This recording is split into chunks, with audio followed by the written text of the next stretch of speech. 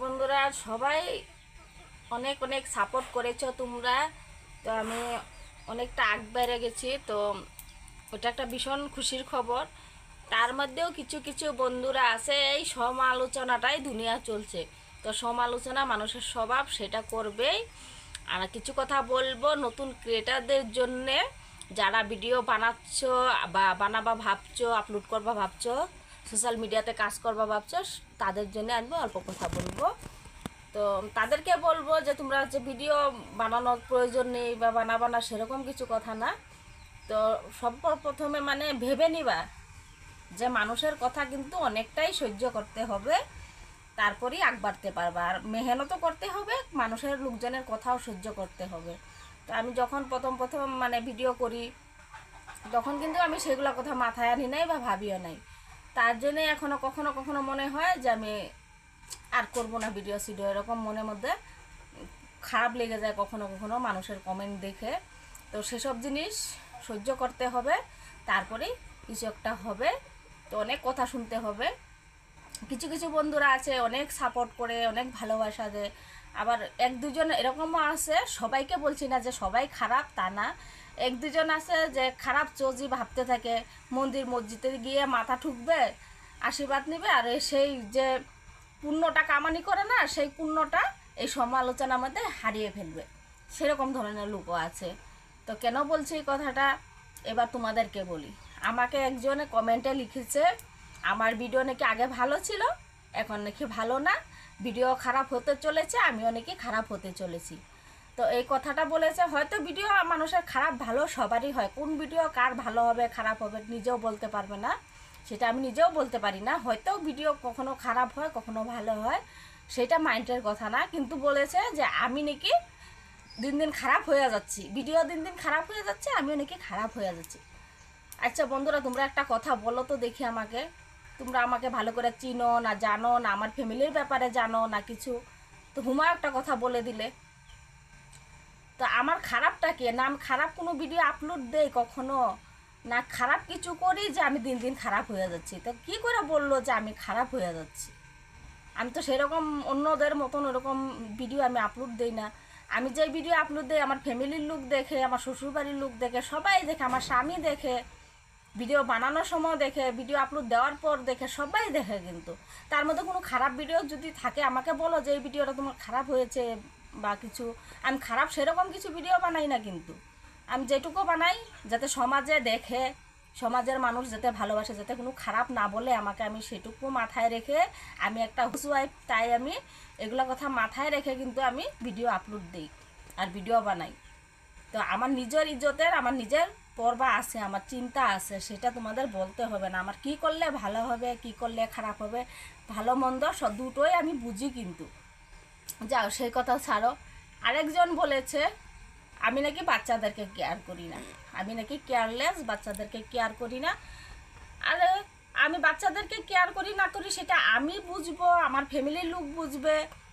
আর আমি যদি বাচ্চাদেরকে কেয়ার না করি আমার স্বামী বলবে। তোমরা বলার কে বলো তো দেখি?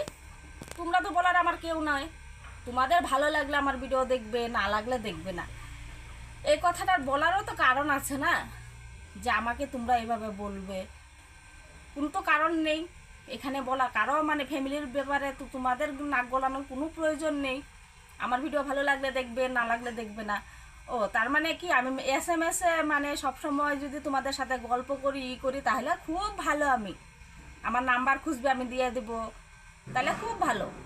আর সেই যদি না হয় তাহলে এই বৌদিটা খারাপ। আমি তো সেরকম না, আমি একটা হাউস ওয়াইফ। আমি চাই আমি ভিডিও সিডিও বানাই, যেটুকু মানে টাইম পাই টাইমের মধ্যে আমি মেনটেনেন্স করি, বাচ্চা মেনটেনেন্স করি। আর 14 বছর যে আমার বড় ছেলেটা যে আমার হয়ে গেছে, আমার বড় ছেলে 14 বছর চলছে, তো এইভাবে নিজে নিজে বড় হয়ে যায় নাই। আর আমি যদি বাচ্চাদেরকে কেয়ার না করি তাহলে কিন্তু আমার স্বামী বলবে, আমার ফ্যামিলিতে মানুষ আছে ওরা বলবে যে বাচ্চা কেয়ার করে না, শুধু ভিডিও বানায়।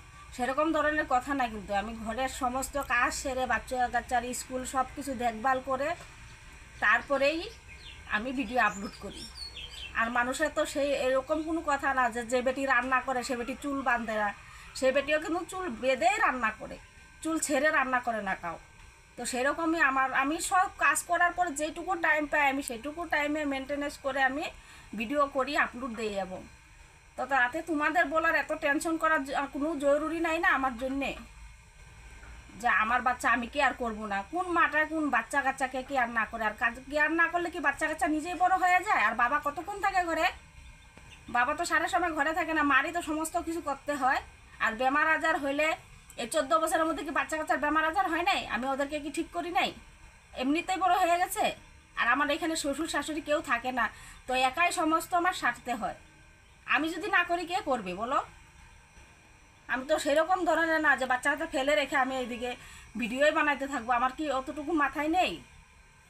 আর ওয়েদারের জন্য স্বাভাবিক, ওটা তো সর্দি কাশি বাচ্চাদের স্বাভাবিক, ওটা হবেই, সবারই হয়, কার না হয়? তাই বলে কি আমার কি পাগলের মতন বসে থাকতে হবে সব কিছু ছেড়ে? টাইম টেবিলে ওষুধপাতি খাওয়াইতে হবে, ডাক্তার এখানে যাইতে হবে, কি কি করতে হবে, তো মাই করবে না? আর রাতকে কত রাত জায়গায় জায়গায় আমি বাচ্চাগুলোকে মানুষ করেছি, তোমরা জানো একবারও আমার ব্যাপারে? তোমরা বুঝো কিছু? আমার ফ্যামিলিতে কি হচ্ছে না হচ্ছে তোমরা জানো? তোমরা যে একটা হুমাও একটা বলে দাও যে এইটা আমি কেয়ারলেস করি, সেটা কেয়ারলেস করি। তোমরা বলার কি? যদি আমি কেয়ারলেস করি আমার ফ্যামিলির লোক বলবে, আমার স্বামী বলবে। কিছু কিছু কথা না অনেক সময় অনেক খারাপ লেগে যায়, কারণ আমি কতটা কষ্ট করেছি তোমরা জানো? তোমরা হয়তো জানো না, আমরা তো ছোটো ছোটো বাচ্চা নিয়ে আমি কত কষ্ট করেছি। আমার ছোটো ছেলে যখন 3 বছরের ছিল তখন খুব বেমার ওর হতেই থাকতো, মেডিকেল দৌড়াইতেই থাকতাম। তার মধ্যেও কিন্তু আমি কাপড়ের বিজনেস করেছি, তারপর রেস্টুরেন্ট করেছি এই 3 বছরের বাচ্চাকে নিয়ে। আবার ছোটো ছেলেটা যখন জন্ম হয়েছে তাকে 5 মাসের নিয়ে আমি রেস্টুরেন্ট চালাইছি। তোমরা পারবে কেউ?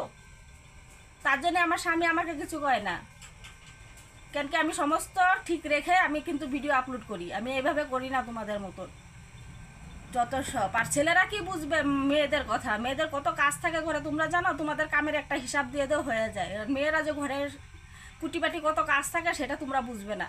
আর রাত্রেবেলা যে বাচ্চা কাচ্চা ডিস্টার্ব করলে তোমাদের মাথা গরম হয়ে যাবে, বাইরে গিয়ে অন্য রুমে গিয়ে শুয়ে থাকবে। কিন্তু মা পারবে না, মা ওই বাচ্চাকে নিয়ে রাতভর বসে থাকবে। কথাগুলি খারাপ শুনতে, কিন্তু অ্যাকচুয়ালি তাই।